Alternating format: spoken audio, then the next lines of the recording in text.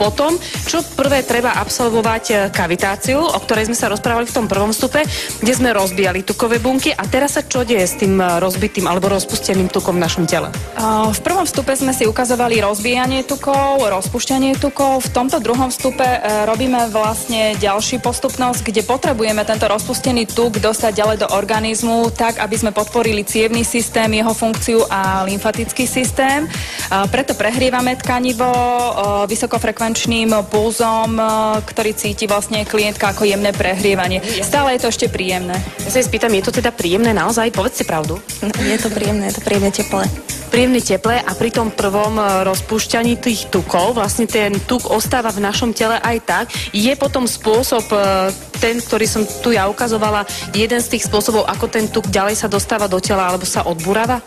Áno, samozrejme, tuk nedokážeme vyplaviť len tak, že v podstate vypijeme nejaký pohárik vody a odíde nám tuk. Musíme počkať, kým sa nám zmetabolizuje. Ďalšou postupnosťou po kavitácii a v podstate rozbehu toho lymfatického systému a cievneho musíme si odabsolvovať na vibračnej plošine, alebo je to najúžasnejšia kombinácia, pretože v tele sa nám uvoľní veľmi veľa energie a je výborné ju dostať zo seba von. Dobre, no a ten tretí postup, alebo tretí krok